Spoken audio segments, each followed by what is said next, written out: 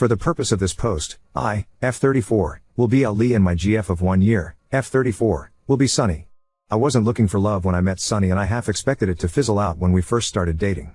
To be clear, she's just out of my league. She's bubbly, outgoing, sweet, and popular in IWFH and have one true friend Beverly, F35. We started talking about moving in together and I was all on board. I currently live with Bev but she is thinking about moving in with her BF when our lease is up in November anyway, so the plan was for Sunny to move in with me after. Recently it's been a lot. My dad was diagnosed with cancer in January and then mom called to tell me that my grandfather passed suddenly of a heart attack in February, then in March my sister was in a horrible car accident. Things finally started to be somewhat calm since April but then Sunny went from very supportive and super sweet to quieter, and she put a screen lock on her phone, and in the past month she stopped leaving her laptop logged in, her tablet now has a password, and she's been taking longer phone calls in her car or going out with friends longer. She's also just not been that affectionate. She's been intense, asking me 1,000 questions like just recently she's been weirdly asking me if I haven't introduced her to all my friends, and if there are friends she might not know about. I went out with friends one night and when I got home she asked me with who and then didn't know the names and asked why I never introduced her. I tend to be laid back, and I don't generally need to know where she is or who she is with all the time and she used to be the same. But this behavior made me wonder what might be going on. Then this past week, I noticed she and one of my friends Jason, M40, had been hanging out more. His name would pop up on her notifications while we are together, and she would turn the phone over or leave the room with her phone. Last night we were drinking and watching Netflix and she went to the bathroom and put her phone down but didn't lock it. I saw Jason's name pop up and I opened the messages. A lot of the conversations were deleted but he had messaged her, "Hey, Ali is acting weird. Does she know?" My heart sank. I just tried to focus on staying calm, knowing we both were drunk by this point. When she came back she saw me with her phone and asked, "What are you doing?" All alarmed. I handed the phone to her and asked if there was something she wanted to tell me and she just stared at me, so I made a bluff and said, "Hey, I know about you and Jason, so you want to tell me?"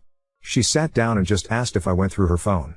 I asked her why it would bother her if she has nothing to hide. She asked me if I asked Jason and I just asked if they are having some sort of affair. She got really still and just quietly asked if that's what I thought and I explained everything I outlined here. I said that I've been cheated on by my ex-boyfriend and she's acting just like he was when I was starting to figure it out. Sunny offered for me to look through her phone but I said I know she deleted the conversation. When she asked what she can do to prove it to me that she's not cheating, I really didn't have an answer. We sat there in silence for a while and I just got up and went to bed. Sunny didn't come to bed and when I got up this morning, it's clear she slept on the couch but she also wasn't there. I figured she went home, so I messaged her but she hasn't responded. Am I the odd for accusing her? She's acting so odd and this doesn't make sense. She knows cheating is a deal breaker for me. I've messaged Jason but he hasn't responded to me either and I am starting to question everything. Update 1. I managed to schedule in a late session with my therapist. I am in regular therapy due to past issues, and came up with some language and talking points when I got home. I also strategies with my roommate Bev. Bev said I shouldn't jump to conclusions and was behaving like Sunny is my scumbag ex and that isn't fair. I told her I am planning to give Sunny a chance to clear everything up. I called Sunny but she didn't answer, which Bev did bring up she could be working. She works odd hours as she works in the arts and we usually have a Google Calendar to keep up with each other's work hours and the like. I looked it up and she was scheduled to be working, so I sent her a text. The text essentially outlined what I said in my first post. That her behavior is not exactly above board, and the secretive nature of it lends to my questions. Specifically Jason's text that I saw in the deleted conversations. I said that if she's with Jason, then be with him, but don't jerk me around, it's cruel and manipulative. 2 things I would never expect her to be. I said I was well on my way to thinking I loved her and this has broken my heart, and the fact that she was not there when I woke up spoke volumes. I expect an explanation by EOD or I will simply put the few items she left over my place in a box at the front door for her to pick up and take to Jason's. I then texted Jason, and I admit this was not the plan. I was emotional and frustrated because Sunny saw my message and I could see her typing but then stopping and typing and stopping, and I was just wanting her to either explain herself or confess. So I texted Jason a similar message, explaining that I thought our friendship would be stronger than this and just because my GF is bi he had to take advantage. It wasn't fair of him as he knows my history with being cheated on and he knows how deeply it hurt me. I expected more from him and I intend to not sugarcoat it when our friends ask what happened to us. Well, Jason actually responded with suggesting we have brunch today. I woke up anxious about it. I would prefer her just confess over text, but now I have to deal with face to face. But I want to know what the fuck they were thinking and why, so here I am a full 30 minutes early, sitting in my car waiting for the shop to open. I really don't know what to expect and I haven't really had a chance to cry it all out yet. I have my job and at home Bev keeps saying I am overreacting and need to calm down, and it's just irritating. I've had no quiet place to think and cry and just let it all out yet. I guess I will after brunch. Fingers crossed it will be brief and I can start moving on. Update 2. I got out of my car and walked around for a moment to think and calm down. I took a suggestion from the comments and downloaded a voice recorder app on my phone and started recording before I got back to the shop. I walked in and Jason was there. With Sunny. As soon as I saw them sitting together I knew my relationship was over. So I said as much when I approached. I just said, "Oh, so we're over then," and Sunny stood up and started saying she can explain and that I didn't understand. I just laughed and mentioned that I did ask before what was happening and she didn't seem to want to explain and that said enough. I rehashed everything: the locked devices, passwords, the shifty behavior, the deleted texts. She can't look me in the eye and tell me she's that stupid or thinks I am. Sunny just shrunk at that and didn't look me in the eye. That's what I thought I was saying and looked at Jason, but he just stared at me. He was calm and just asked me to please sit down, so I did and put my phone and keys on the table in front of me as if ready to leave at any moment. Jason said that he didn't reply to my text right away because Sunny had called hysterical and hung over saying I thought she was cheating, so he and Bev went over to Sunny's to calm her down and talk it out. He wanted Sunny to explain it, but she was too nervous after I had basically said she was just like my cheating ex. She figured I wouldn't believe a word she had to say. Apparently, why this was all a misunderstanding. I've had such a shit year that Sunny went to Jason, Bev, and a few other friends with the idea of making a huge deal of my 35th birthday, in August, as I have complained of never really having a party for my birthday I didn't somewhat plan, true. So she's been spending months planning this out. She rented out a local bar for the night of, invited my friends and swore them all to secrecy, ordered my favorite food for catering, decorations and the works. She said she started getting nervous the surprise would be ruined because we are always casually on each other's devices, so a friend suggested she delete the convos. She even showed me in the group chat she had with my friends with a timestamp of a few months back where that suggestion came from. They showed me the receipts for the rental for the bar, the pre-ordered catering, a photo booth etc. She said she uses Messenger, so she had to lock all her devices. Messenger was on so I wouldn't accidentally stumble on the surprise. She was asking about friends she hadn't met so she could include them and invite them to my party. She said she wanted it to be big, like almost an event. That she'd been stressing about money so she could earn enough extra to afford it. I asked her why she'd been so distant then and not very affectionate, and she looked confused and said she noted I was usually not in a great mood and didn't seem to want her to touch me a lot, so she was giving me space, and she figured after the party, where she then showed me the reservations of my surprised weekend in a vacation town not far from where we live, we would have time on the surprise vacation weekend to reconnect and reset. Jason then handed over his phone to show me the conversations that were deleted off Sunny's phone, and I looked them all over, taking my time to read everything. They all had to do with the party. He offered for me to scroll back as far as I liked as he had nothing deleted and nothing to hide, and I'd scroll a lot. All the way to their first text. The "does she know" text was about the party, he said, because I seemed tense around him and he felt I was being cagey when he and I texted, which around the time I suspected him to be sleeping with my GF. At this point, I could see Sunny was holding back tears and she handed me her phone and again offered for me to look through every app if I wanted, but I said no. I didn't really know what to say from there because I frankly figured they were both there to confess to the affair. I rolled over everything in my head and just sat there silent. After a short while, when our food arrived, Jason asked if I had any questions and I said no. He asked me if I still thought there was an affair and I shook my head. My whole face felt hot and I just wanted to leave. He then asked me that since the cat was out of the bag about the party, if I wanted to be involved in the rest of the last minute planning, and I said no. Sunny started apologizing, saying she never thought I would think she was cheating. That she froze when I accused her because she was drunk and shocked. It had hurt her deeply that I really believed that, and she didn't know how to maintain secrecy of the party and keep me from breaking up with her thinking she was shagging my friend. She said that she had never planned a surprise before and didn't want to ruin it. She asked me what I wanted to do or where we stood now, and I just stared at them, frozen. I just shrugged and didn't really look them in the eye, and we ate in relative silence.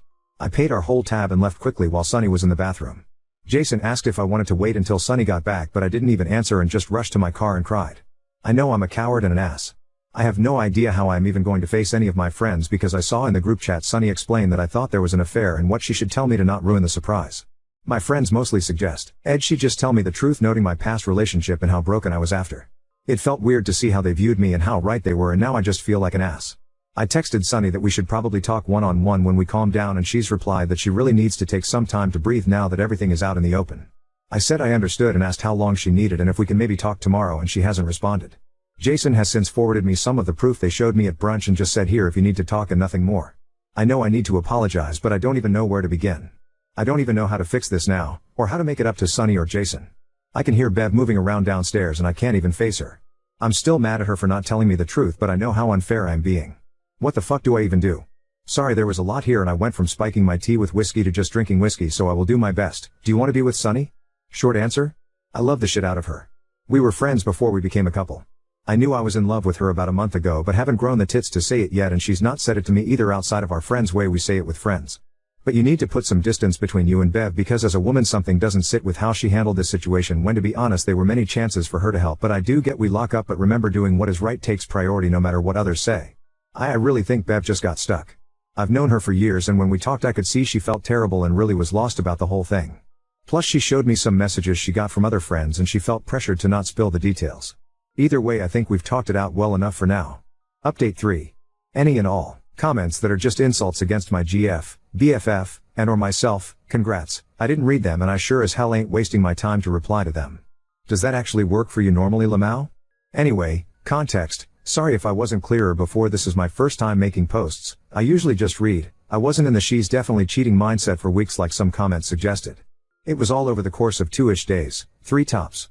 Before that I was just confused by her behavior and didn't really know what the fuck was going on. No one left me to wallow like that for weeks on end. I was vocal for a short time before the brunch. Everyone was operating off of a comment I made when Bev's BF threw her a big surprise party last year and I made an offhand comment of how cool that was because I always plan my own stuff and it would be awesome to have a surprise party planned by my friends or partner. Bev is my BFF, and there is nothing romantic between us before this or after this. She's engaged to my brother and both of them are about as straight as a designated sock drawer. I am set to be their Mo in the wedding. Anyone thinking she wants in my pants really needs to touch grass, this isn't bad anime. I do refer to Bev as my only friend because we've been childhood buddies and I realize that confused people. I do have other friends that I'm just not very close to at all. Most of them are Bev or Jason or my brother's friends and I am in the friend group. So I am now referring to Bev as my BFF and the others as friends to avoid the confusion. Some of the others did pressure Bev to be subtle and not ruin the surprise and they're more below I actually found out this morning. I am not a man. I am a lesbian. Indeed my ex-boyfriend turned me gay Lamau, kidding, I've always been gay but didn't know until after my ex. Sunny is bi for those who are confused. Jason is also not trying to screw me. He is married to Bev's sister Deanna, F37, I don't mention he, are because she frankly hates Sunny and I don't tolerate people disrespecting my GF so she now also hates me. Jason just usually keeps us all pretty separate though we are cordial when in each other's presence now. Sunny is not the abusive cheating ex those are different people, he was a malicious unfaithful toad. Yes, I am already in therapy. I mean it's in the username lol. I had a depressive episode earlier this year and thus I can call emergency sessions with one of the 3 therapists I've been seeing since then. Without getting too much into my issues, if you're struggling fucking go to therapy if at all accessible where you live, it might be more accessible than you think as the program I use was free while I didn't have insurance at first. I think that's most of the misconceptions I've read. Well good morning to the hundreds of people who commented on my last freaking post. I honestly expected maybe 20? It was a bit overwhelming. Thanks to everyone with actual advice, ideas, kind words, and constructive criticism or sent me kind messages. I have an update for you. And a special make love to a rusty spoon to anyone who spend their time trolling posts just to be mean for no clear reason or being a homophobic pace of camel poo. You can leave lol. I'm in a jolly mood this morning because a lot has been cleared up. I spent most of last night on FaceTime and text trying to suss out what to do and what everyone was feeling. Turns out the friend group was as split as Reddit on whether or not I suck. Which was fine with me because I feel I am the overall. Bev helped clear a lot up by giving me her tablet and showing me the conversations she had outside the group chat. Turns out there were 3 friends that really pushed for this, and out of these Gorgons the ringleader is Tammy, F35, who is also a bridesmaid of Bev's and has been trouble ever since she's been asked. I won't bore with the whole story but she's one of those pushy people in a wedding party that wants to make it about them. Bev, and Sunny too I found out, was getting messages calling her a buzzkill, wet blanket and way worse mostly from those 3. They advised her to be as subtle in talking me down to not ruin this for everyone. My brother is pissed at me and blames me for Bev being bullied and tells me she was so stressed out she was vomiting on would spend hours at his place stressing out about what to do. I also found out that Sunny planned to propose at the party which was a huge reason everyone wanted to keep it under wraps. A few friends, including Jason and Bev were wanting to simply be unspecific but say there is a surprise and they can't tell me what it is yet but one of the Gorgons told Sunny that she may as well cancel the proposal then because if I see it coming it will be so wholly disappointing that I won't enjoy any of it as the whole point was to fulfill my dream of having a surprise party planned by myself. As far as I am concerned everyone's judgment, mine included, was messed up here. Most everyone, even one of the Gorgons, has apologized once they got the full story of what happened. Bev has been nothing but apologies and has been doing everything she can to make it up to me. Jason apologized in the way that Jason usually does. I'm sorry you felt Z, Y, Z, etc. I've since apologized to the people I felt I should, Sunny, Bev, my brother and Jason. I jumped to a conclusion and instead of gathering evidence and being sure, I went to accusations. I came up with a whole situation in my head that Jason and Sunny were having an affair which looking back is the silliest conclusion to jump to but I was drunk and emotional not an excuse so my judgment was way off. You don't know those two but they wouldn't mesh well. As for Sunny, we talked late last night / early this morning. I got to apologize also for running out on her and explained how I was feeling. She apologized for everything and putting a proposal as a concept over my actual age. Happiness. We've decided that we're not ready for engagements or anything like that, but we are good together and just need to learn to communicate better. She and I are going to have therapy together and try to get the tools needed to do that. The only person I'm on the outs with is Jason's wife and the lead Gorgon, and that's okay with me right now. My brother and I still have some mending to do and I don't know what to do about that, but for now I'm focusing on what I can do. We think the party is still happening as there are elements I don't know about and can act as the surprise, but the guest list has changed given the situation. I am very much looking forward to the vacay with my bae after. Now on to second story. Brother disowned his son after discovering he wasn't biologically his and refuses to attend my wedding if I invite him. I, 33 male, am marrying my fiancée, 37 male, this winter. We're putting together the guest list to send the invitations out and have run into an issue over my nephew and my brother. My brother, 38M, was 18 when his girlfriend told him she was pregnant. They ended up moving in together and my brother decided to go to find work as a mechanic rather than go to college as he'd planned. My nephew was born a little while later. They got married when she told him she was pregnant with their second kid, 15F, and then had two more, both 10M. Ever since my nephew was born he's been literally one of my favorite people. I babysat him plenty of times, same with my other nibblings, and have spent my 20s as their gunkle, gay uncle /. My brother and me were close as kids and I've been close with his kids as well. 5 years ago my brother found out my nephew wasn't his and his now ex-wife had been sleeping with someone else at the time and had suspected my oldest nephew wasn't my brother since he was a little kid. They ended up getting a divorce and my brother didn't seek custody of my oldest nephew and said he didn't want to see him. He told me that he needed time to process and would try to patch things up later. That idea was kind of ruined when my nephew turned up at my brother's apartment begging to talk. It turned into an argument between them. For context, our father had just passed a couple of months earlier. During the argument my nephew said something along the lines of "No wonder mom fucked somebody else. I bet grandpa hated you." My brother cut things off then and there and has refused to see my nephew since. I stepped in as the main male figure in my nephew's life, much as I dislike my ex-Sil. I even took him out for his 18th birthday and took him looking at universities and he now goes to my alma mater. I asked my brother how he wants to handle the seating situation if they don't want to be close together. My brother was angry I'd even invite my nephew after everything that happened. He said it'd be like inviting my ex-Sil, he's not family, he's just the prick who disrespected our dad. I said he's being petty and childish, taking the words of a scared and angry 14-year-old so personally. He was a kid who said something shitty because his entire world was falling apart and the person he'd relied on for his whole life was suddenly pulling away, and instead of being understanding and doing family therapy or something like a grown-up, my brother decided to give adult weight to a teenager's words and cut him off completely. My nephew has said he's okay with not going if it's causing an issue, but I told him not to be ridiculous. He's important to me and I want him there for when I marry my person. I told him he shouldn't let my brother's inability to let go be his problem. My fiancé agrees with me. My mom and sister both say I need to see it from my brother's perspective. I think he's just being petty. Ida? Update 1. I decided to follow some of your advice and talk to him about what happened and set some boundaries with my brother, so I saw him in person to talk things over. I told him my nephew has been in my life for more than half my life. I was 14 when he was born. I've been his uncle for 19 years and fundamentally he's not the one that betrayed my brother, and while I can't imagine what must have been going through my brother's head at the time, it's not my battle to fight, and even if it were I'm not obligated to take it out on a kid who had nothing to do with it. What he said was extremely shitty, yeah, but we're talking about someone who was 14 at the time and absolutely did not have the emotional maturity to handle the situation. I told him my nephew was open to a mutual apology. So, bottom line, my nephew is invited and he's getting A+1, and I will seat him away from my brother if he wishes, but that's the most I will do. They can talk or not talk, kiss and make up or ignore each other all night, but I'm not making it my fight. My brother said he understood and would think about it. Then a couple days later he drunk texted me a complete 180 and asked if I could invite ex-Sil, too, which I think is probably because his RSVP included his new girlfriend as his +1 and she's 26. I just know my niece complained it was gross that her dad's new girlfriend was a year closer to her age than his.